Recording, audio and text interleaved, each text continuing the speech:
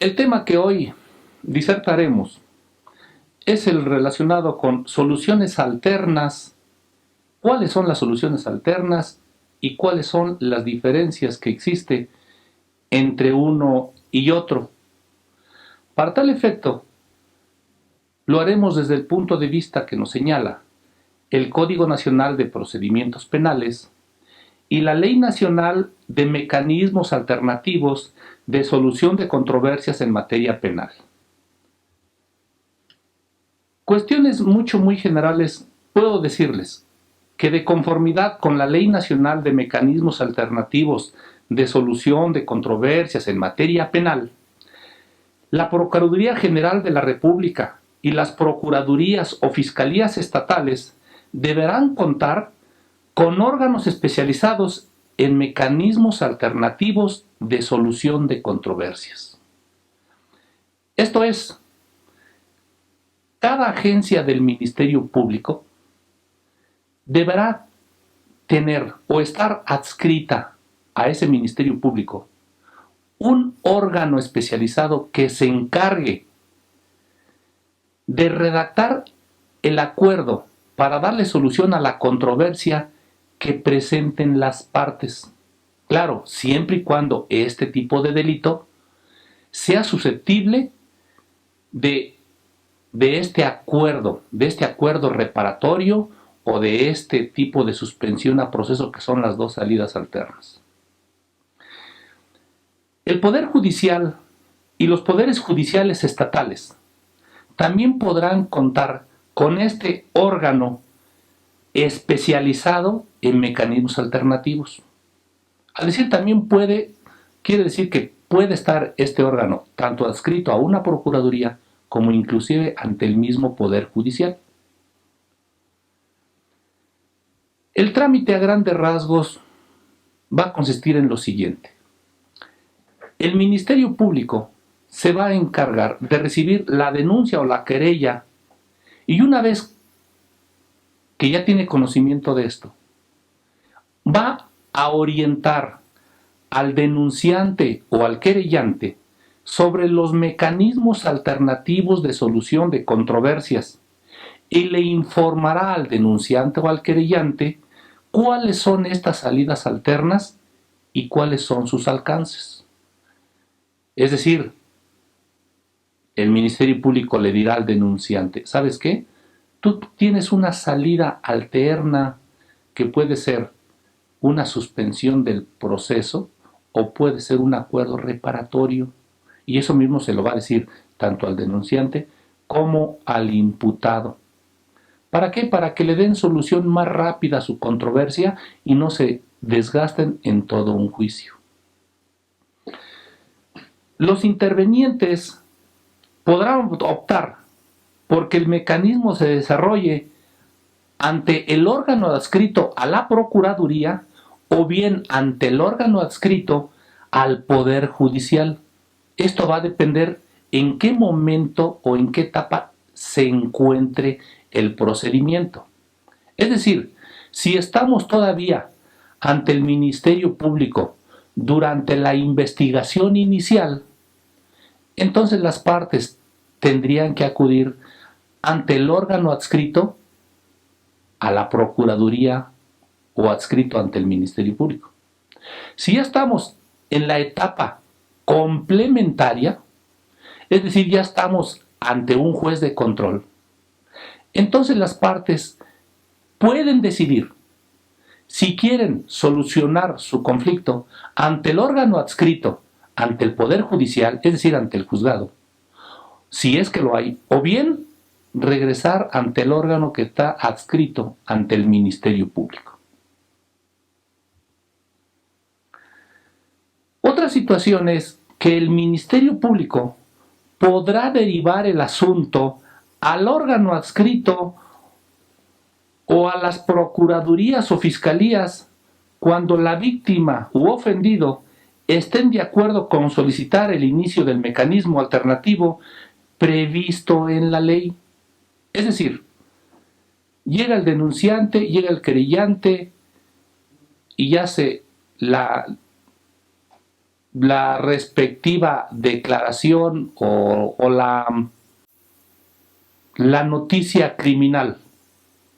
Y una vez que el Ministerio Público ya tiene la noticia criminal, le dice a los denunciantes o querellantes cuáles son las opciones que tienen. Y dice la ley, el Ministerio Público podrá derivar este asunto al órgano adscrito de las procuradurías, o bien él directamente puede estar como intermediario entre la víctima u ofendido y el imputado para que lleguen a ese acuerdo. Si el Ministerio Público deriva el asunto al órgano adscrito, de todos modos es obligación de la representación social realizar las actuaciones urgentes o inaplazables para salvaguardar los indicios, para efecto de que estos no se vayan a perder mientras vemos si las partes llegan o no a un acuerdo reparatorio. El órgano adscrito podrá realizar las sesiones únicamente con los intervinientes, es decir, con el denunciante o querellante y con el imputado. Con ambas partes, el órgano llevará esas sesiones para llegar a un acuerdo. El órgano adscrito va a nombrar a un abogado que se recibe el nombre de facilitador, que digamos que es el intermediario que va a estar entre la víctima o ofendido y el imputado, para efecto de que puedan hablar, charlar y llegar a un acuerdo. El facilitador, como su nombre lo indica, les va a facilitar la plática, la charla, para que puedan llegar a este acuerdo de ser posible. También es necesario aclarar que cuando las partes lo pidan o sea necesario, también pueden intervenir para llegar a este acuerdo auxiliares o expertos en el tema. Es decir, a lo mejor necesitamos de algún perito para que intervenga en el asunto y nos dé pautas para poder llegar a ese acuerdo. También pudieran estar presentes en estas sesiones los abogados particulares de las partes, pero estos no tendrán injerencia, no tendrán intervención en las sesiones.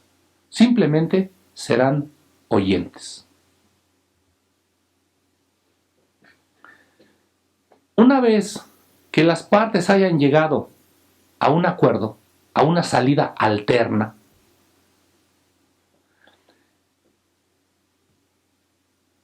el facilitador redactará un acuerdo al que llegaron las partes. Contará con un área de seguimiento, el cual tendrá la obligación de monitorear e impulsar el cumplimiento de los acuerdos alcanzados por los intervenientes. Es decir, una vez que las partes llegan a un acuerdo, el órgano va a nombrar a una persona para que le dé seguimiento a ver si de verdad las partes cumplen con lo que habían acordado. Este seguimiento puede llevarse a cabo de muchas maneras. A manera de ejemplo, esta persona que va a dar seguimiento podrá apercibir a los intervenientes para el caso de incumplimiento del acuerdo. Es decir, este servidor público se entrevistará con las partes para preguntarles, oye, ¿sí va bien el acuerdo como quedamos? ¿Se le está dando el cumplimiento como se quedó? Y si alguna de las partes dice, no, fíjate que aquella persona no ha dado el debido cumplimiento, no ha venido a pagarme, a manera de ejemplo, en la fecha que quedamos. Entonces el área de seguimiento puede hablar con esa persona y decirle, oye, ¿por qué no has cumplido? Cumple con lo que quedamos. Entonces es una forma de darle seguimiento. También el seguimiento puede consistir en que este verificador haga visitas a las partes, nuevamente para checar que se esté dando cumplimiento al acuerdo realizado. Otra forma será realizar llamadas a las partes para preguntarles si están cumpliendo con ese acuerdo. O preguntar si ya le llevó, no sé, la entrega de algún documento, algún pago, o si se había comprometido a entregar un bien, pues para ver si ya se cumplió con eso. Entonces, esa es la parte que este órgano está obligado, es decir, a darle seguimiento para ver si el acuerdo se ha cumplido en todas sus partes. Bueno, cuando los poderes judiciales conozcan de alguna salida alterna, deberán reportar la información correspondiente a las procuradurías o fiscalías de las entidades federativas respecto del cumplimiento de los acuerdos. Estas, a su vez, remitirán la información al Sistema Nacional de Seguridad Pública. ¿Para qué? Para que este Sistema Nacional de Seguridad Pública tenga un control de las personas que previamente ya hicieron acuerdos reparatorios. Y también para saber si estas personas han cumplido o no con ese acuerdo. ¿Por qué es importante tener este control de datos en el sistema nacional? Porque más adelantito vamos a ver que cuando se pida la suspensión del proceso o bien cuando se pida un acuerdo reparatorio, es obligación de las autoridades verificar si estas personas previamente ya han tenido acuerdos reparatorios y si han cumplido o no con ese acuerdo. Si se dan cuenta estas autoridades que las partes han incumplido, pues entonces ya no les vamos a dar esa oportunidad de llegar a un acuerdo reparatorio mediante una salida alterna, porque vemos que no cumplen. Entonces, por eso es importante tener esa base de datos. Dentro de las salidas alternas que nos señala nuestra ley, tenemos dos. La primera se llama acuerdo reparatorio.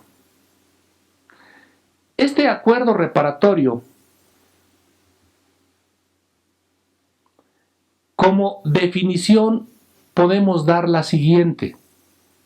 Son planteamientos celebrados entre la víctima y ofendido con el imputado, que una vez aprobados por el Ministerio Público o por el juez y cumplidos en sus términos, tiene como efecto la extinción de la acción penal o la conclusión del procedimiento mediante un sobreseimiento. Eso es lo que podemos entender por un acuerdo reparatorio. Ahora, ¿cuándo procede un acuerdo reparatorio? O bien, ¿por cuáles delitos procede el acuerdo reparatorio? Bueno, procede por delitos que se persiguen por querella o por un requisito equivalente de parte ofendida. ¿Cómo cuál sería un requisito equivalente? Sería, por ejemplo, la acusación. Es un requisito equivalente a la querella y que la acusación la tendrá que presentar la Secretaría de Hacienda y Crédito Público. A lo mejor por alguna persona que no hizo su declaración, no la hizo a tiempo o la hizo mal. Entonces, el representante de la Secretaría de Hacienda formulará la acusación y una vez que le paguen esos impuestos, pues otorgará el perdón. Es algo equivalente a una querella. Proceden los acuerdos reparatorios para los delitos que se persiguen por querella o un otro requisito equivalente, como sería el caso de la acusación que presenta el apoderado de la Secretaría de Hacienda y Crédito Público. También proceden los acuerdos reparatorios para los delitos culposos y no confundir un delito de querella con un delito culposo. Porque inclusive hay delitos culposos que no admiten el perdón. Por ejemplo, pudiéramos hablar del delito de homicidio culposo.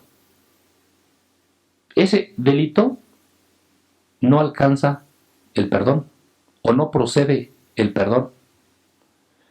También procede el acuerdo reparatorio para los delitos patrimoniales cometidos sin violencia sobre las personas. A contrario sensu, ¿cuándo no procede un acuerdo reparatorio? Diríamos entonces, en los casos en que el imputado haya celebrado anteriormente acuerdos por delitos dolosos. Es decir, si esta persona anteriormente ya celebró acuerdos por delitos dolosos, no podemos seguirle permitiendo que siempre que cometa un delito doloso va a tener el derecho a un acuerdo reparatorio. Pero repito, que sea doloso. Salvo que hayan transcurrido 2 años de haber dado cumplimiento al acuerdo reparatorio. Es decir, sí ha celebrado acuerdos reparatorios, pero tiene más de 2 años. Entonces sí tiene derecho nuevamente a un acuerdo reparatorio. Pero si el acuerdo reparatorio lo llegó apenas hace 1 año y ya quiere otro acuerdo reparatorio por otro delito doloso, no procederá. Si el delito es culposo, entonces sí procede el acuerdo reparatorio, aunque todavía no pasen 2 años. Tampoco procede el acuerdo reparatorio cuando el inculpado haya incumplido previamente un acuerdo reparatorio y no hayan transcurrido 5 años desde su incumplimiento. En otras palabras, si un sujeto previamente hizo un acuerdo reparatorio y no cumplió con él, en el próximo delito que cometa no puede pedir un acuerdo reparatorio porque ya hay el antecedente de que no cumplió con el primero.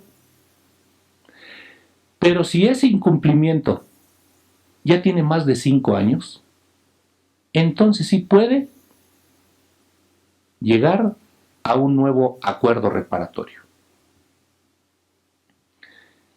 Oportunidad, es decir, ¿en qué momento del procedimiento se puede llegar a un acuerdo reparatorio? Bueno, nuestra ley nos señala que puede ser desde que se presenta la denuncia o la querella hasta antes de que se dicte el auto de apertura a juicio. En ese lapso, en ese intervalo, podemos nosotros solicitar, pedir, ya sea al Ministerio Público o al juez, una salida alterna consistente en un acuerdo reparatorio. Una vez que se ha llegado a un acuerdo reparatorio, este deberá ser aprobado por el Ministerio Público cuando estamos en la etapa de investigación inicial, o bien por el juez de control cuando estamos en la etapa complementaria. También es de aclarar que un acuerdo reparatorio se puede llegar a él ante el juez de control cuando ese acuerdo reparatorio es de cumplimiento diferido. Y si es, válgame la expresión, si es al contado y estamos ante el Ministerio Público, ahí lo podemos llevar a cabo. Pero si estamos en la etapa de investigación, es decir, ante el Ministerio Público, y el convenio es para cumplirlo en forma diferida, entonces tendremos que llevarlo ante el juez de control para que él lo apruebe.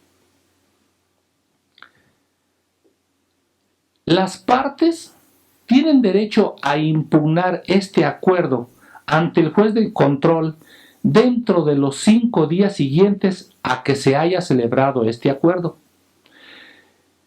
Para tal efecto, el juez de control citará a las partes a una audiencia y en esa audiencia el juez verificará si ese acuerdo se llevó conforme a como lo señala la ley, y si no fue de esa manera, pues se tendrá por no celebrado el acuerdo.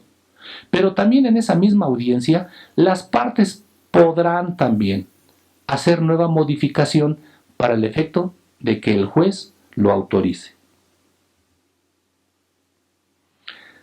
Otra de las salidas alternas tenemos a lo que la ley le llama suspensión condicional del proceso. Como definición de esta figura, diremos que es el planteamiento formulado por el Ministerio Público o por el imputado, el cual contendrá un plan detallado sobre el pago de la reparación del daño y el sometimiento del imputado a una o varias condiciones que deberá cumplir y que garanticen una efectiva tutela de los derechos de la víctima u ofendido, y en caso de cumplirse, pueda dar lugar a la extinción de la acción penal. Procedencia. ¿Cuándo procede esta suspensión del proceso? Bueno, pues procede la suspensión condicional del proceso a solicitud del Ministerio Público o del imputado. Procede la suspensión condicional al proceso cuando el auto de vinculación se haya dictado por un delito cuya pena y término medio aritmético no rebase 5 años de prisión y no exista oposición fundada de la víctima.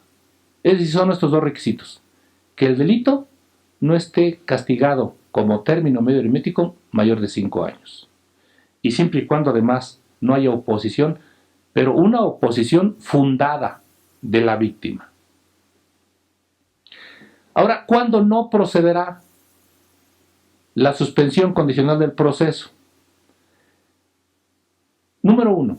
Cuando el imputado en forma previa haya incumplido una suspensión condicional del proceso, salvo que hayan transcurrido ya 5 años o más de ese incumplimiento. Número 2.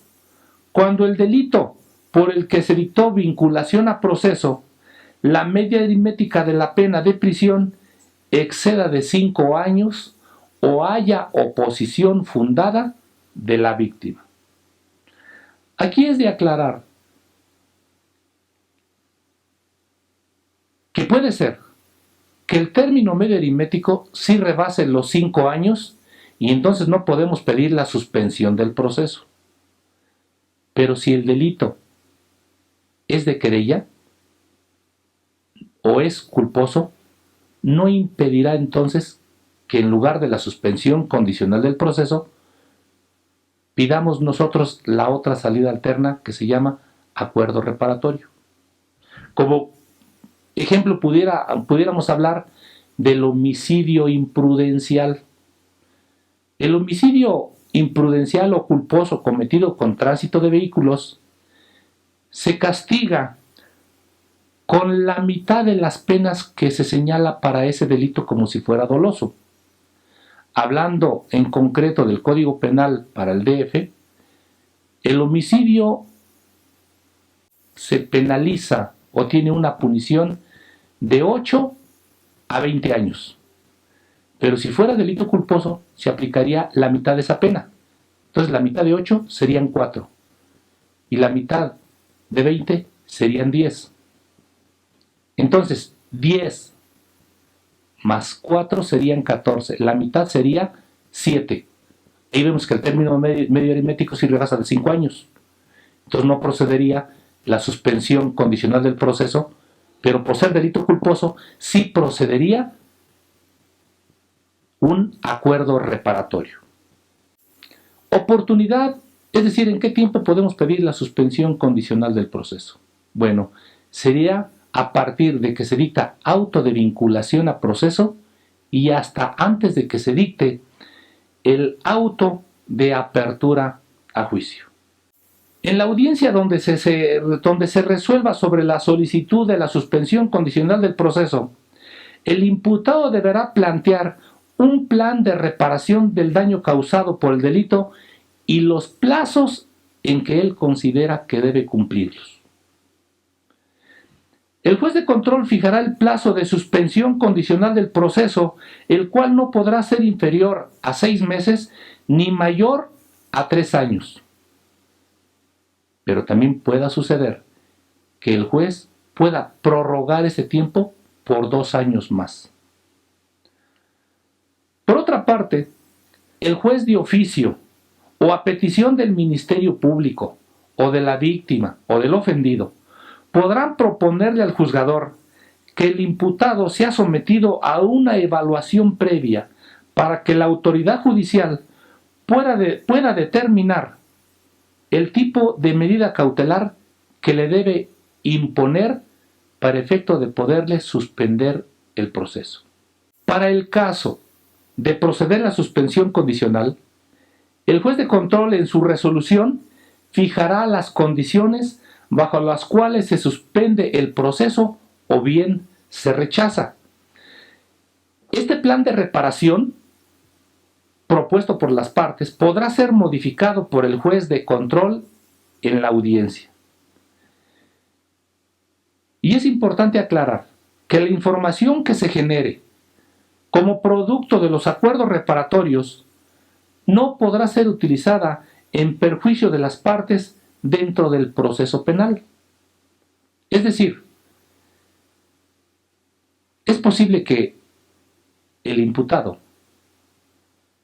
quiera pedir la suspensión condicional del proceso y la víctima le ponga condición que sí acepta la suspensión condicional del proceso, pero que previamente él tiene que ofrecerle una disculpa e inclusive que reconozca que sí es responsable del delito. Entonces el imputado, con la finalidad de que se le suspenda el proceso, a lo mejor sí ofrece la disculpa y sí reconoce que cometió el delito. Bueno, pues estas cuestiones no serán tomadas en cuenta si es que más adelante el imputado no cumple con estas condiciones que se fijaron en el acuerdo reparatorio y el procedimiento continúa. Es decir, la víctima no podrá utilizar este reconocimiento que hizo previamente el imputado en el procedimiento. Si el imputado deja de cumplir injustificadamente las condiciones impuestas o posteriormente fuere condenado por sentencia ejecutoriada por otro delito doloso o culposo, siempre que el proceso suspendido fuere de la misma naturaleza, el juez, previa petición del Ministerio Público, de la víctima o del ofendido, convocará a las partes a una audiencia en la que se debatirá sobre la procedencia de la revocación o de la suspensión condicional a proceso. Esta suspensión condicional del proceso interrumpirá los plazos para la prescripción de la acción penal del delito de que se trate. Cuando el imputado haya cumplido con las obligaciones establecidas para la suspensión condicional del proceso y del plan de reparación del daño, se extinguirá la acción penal, para lo cual el juez de control deberá decretar de oficio o a petición de parte el sobreseimiento del asunto. Misma resolución que tendrá efectos de una sentencia ejecutoriada. Eso es a grandes rasgos las dos salidas alternas, en qué consiste una y en qué consiste la otra. Por cuál delitos procede una, por cuál delitos procede otra. Para efecto de aclarar un poquito más este punto, voy a darle a continuación algunas diferencias principales entre una y otra salida alterna. El acuerdo reparatorio se puede llevar a cabo desde que se presenta la denuncia y la querella hasta antes de que se dicte el auto de apertura a juicio. En cambio, la suspensión a proceso se puede solicitar a partir de que se dicta el auto de vinculación a proceso y hasta antes de que se dicte el auto de apertura a juicio. Esa es la primera diferencia. La segunda, el acuerdo reparatorio se lleva a cabo entre la víctima u ofendido con el imputado. En cambio, la suspensión a proceso se lleva a cabo entre la defensa y el Ministerio Público. Tercera diferencia. El acuerdo reparatorio procede, como ya lo dijimos, para delitos de querella, delitos culposos y delitos patrimoniales cometidos sin violencia sobre las personas. En cambio, la suspensión a proceso procede para delitos cuya media aritmética no exceda de 5 años de prisión. Cuarta diferencia. El acuerdo reparatorio puede ser aprobado por el Ministerio Público o por el juez, dependiendo en qué etapa nos encontremos. En cambio, la suspensión a proceso únicamente puede ser autorizada o decretada por el juez. Quinta diferencia. El acuerdo reparatorio deberá contener un plan detallado sobre el pago de la reparación del daño. Inclusive, puede ser este pago de esta reparación de forma inmediata o diferido. En cambio, la suspensión a proceso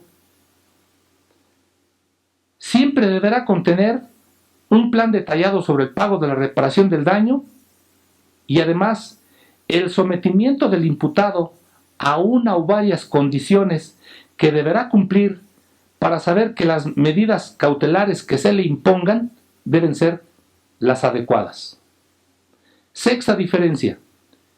El acuerdo reparatorio, el imputado no es sometido a ninguna evaluación previa y no es sujeto de imposición de medida cautelar. ¿Qué es lo que tiene que hacer? Nada más darle cumplimiento al acuerdo reparatorio. En cambio, en la suspensión a proceso, el juez de control podrá disponer que el imputado sea sometido a una evaluación previa, inclusive a petición de la víctima o ofendido, así como de la representación social. Es decir, pudiera ser el caso en que el imputado cometió el delito por estar tomado.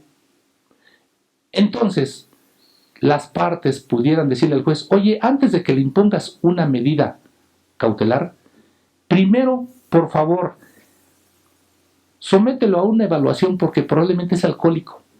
Entonces, dentro de las medidas cautelares, también hay que imponerle esa, que vaya al centro correspondiente para la desintoxicación correspondiente. Última diferencia consiste en que el acuerdo reparatorio impide el ejercicio de la acción civil en virtud de haber llegado a un acuerdo con la víctima y el ofendido respecto de la reparación del daño. En cambio, la suspensión a proceso no impedirá el ejercicio de la acción civil ante los tribunales respectivos. Esas son, a grandes rasgos, las diferencias que consisten entre una salida y la otra. Finalmente, pues quiero agradecer y externar mi agradecimiento al doctor Gabriel Sarmiento Robles, rector del Instituto de Estudios Superiores Manuel José de Rojas, por la invitación para exponer temas selectos que son de interés general para los estudiantes de la licenciatura, de la maestría, inclusive del doctorado. Muchas gracias.